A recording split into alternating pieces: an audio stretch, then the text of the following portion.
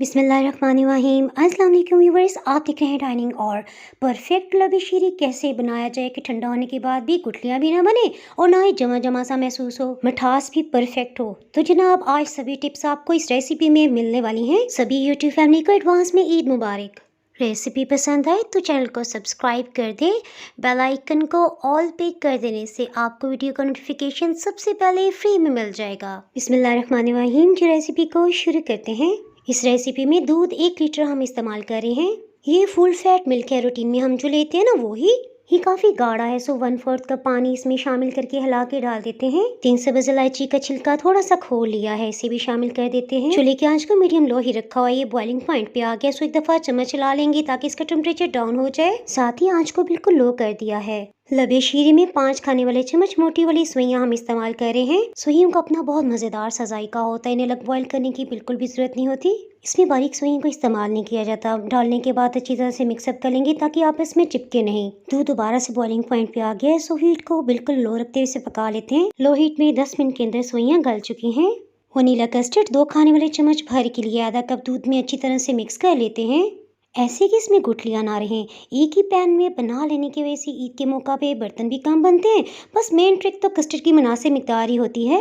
Mix up हो जाने के बाद एक हाथ से इस तरह से कस्टर्ड डालेंगे, साथ ही दूसरे हाथ से चम्मच चलाते जाएंगे। इससे गुठलियां इंशाल्लाह बिल्कुल भी नहीं बनेंगी। याद रहे हीट को बिल्कुल लो ही रखा हुआ है। इसमें क्रीमी सा टेक्सचर बनाने के लिए 200 ml डेयरी मिल्क क्रीम इस्तेमाल कर रहे हैं। जी हाँ, वही क्रीम जो हम रशियन सल्ट में भी यूज करते हैं। लबी शीरी में रबड़ी जैसा जायका भी हमने बनाना है, सो इसके लिए आधा कप 100 ml हम कंडेंस मिल्क डाल रहे हैं। और अगर आपके पास कंडेंस मिल्क नहीं है तो आप 2 चम्मच चीनी इजाफी शामिल कीजिएगा। इसके साथ साथ 5 खाने वाले चम्मच खुश्क दूध भी डाल सकते हैं। चीनी 4 खाने वाले चम्मच बिल्कुल मुनासिब रहेगी। यकीनन आपको इल्म होगा कि कस्टर्ड पाउडर के अंदर कॉर्नफ्लावर इस्तेमाल होता है। सो बिल्कुल लो हीट पे 1.5 से 2 मिनट तक लाजमी पकाएंगे ताकि कॉर्नफ्लावर का एक जायका होता है ना वो खत्म हो जाए। हीट को ऑफ कर देते हैं। देखिए कस्टर्ड की सिर्फ चम्मच पे हल्की सी कोटिंग ही हो रही है। 10 मिनट के बाद देखिए इस तरह से गाढ़ा हो रहा है। ठंडा होते हुए 4 से 5 दफ़ा इसमें चम्मच चला दी थी, जिसकी वजह से इसके ऊपर मलाई की तय होती है वो बिल्कुल भी नहीं जमी। और देखिए 1 घंटे के बाद इस तरह से गाढ़ा है। परफेक्ट। अब ये मजीद बिल्कुल भी गाढ़ा नहीं होगा। लबे शीरी में 2 मुख्तलिफ फ्लेवर्स की हम जेली का इस्तेमाल कर रहे हैं। इसमें 1.5 कप पानी लिया। जब ये उबलने लगा तो 80 ग्राम्स का जेली पैक पूरा शामिल कर दिया। मिक्स करते हुए इसे 30 सेकंड तक मजीद हमने इसे कुक कर लिया। चंद ड्रॉप्स फूड कलर के शामिल कर लिए। रूम टेम्परेचर पे 20 से 25 मिनट के अंदर ये अच्छी तरह से जम गई। इसी तरीके को फॉलो करते हुए हमने रेड चिली भी बना ली। लबी शीरी में आप अपनी पसंद के कोई भी फ्रूट्स ले सकते हैं। स्पेशली अंगूर का जायका तो बहुत ही अच्छा लगता है। ये काफ़ी बड़े साइज़ के हैं, सो इस तरह से रखते हुए काट लेते हैं। रेसिपी पसंद आए तो वीडियो को लाइक कर दें, इससे चैनल को ग्रो होने में मदद मिलेगी। कुछ फ्रूट्स को हम साबित ही रहने देंगे, उसे लास्ट में इस्तेमाल करेंगे। लबी शीरी बिल्कुल ठंडा हो चुका है, सो इसमें फ्रूट्स और जेली को शामिल कर देते हैं। कॉकटेल फ्रूट्स में जो पानी होता है उसे हमने ड्रेन कर लिया था। इसके अलावा कलरफुल लेकिन छोटे साइज़ के रसगुल्ले और ड्राई फ्रूट्स भी इसमें शामिल कर दिए। हल्के हाथ से मिक्सअप कर लेते हैं। बहुत ही टेस्टी लग रहा है। अपनी पसंद का कोई भी सर्विंग बाउल ले लें। ये मैं आपको दिखा दूं, देखिए कितना परफेक्ट बना है।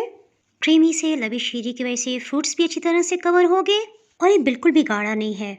हाफ बाउल को फिल कर लेने के बाद स्ट्रॉबेरीज की लेयर लगा लेते हैं। आप सिर्फ सेंटर में हम लबी शीरी को फिल करते जाएंगे, खुद बहुत से किनारों पे फैलता चला जाएगा। ईद रेसिपी के लिए तो ये बेस्ट है। कुछ अंगूर हमने साबित ही रख लिए थे ना, मेरा ख्याल है इस तरह से किनारों पे से डेकोर कर देते हैं।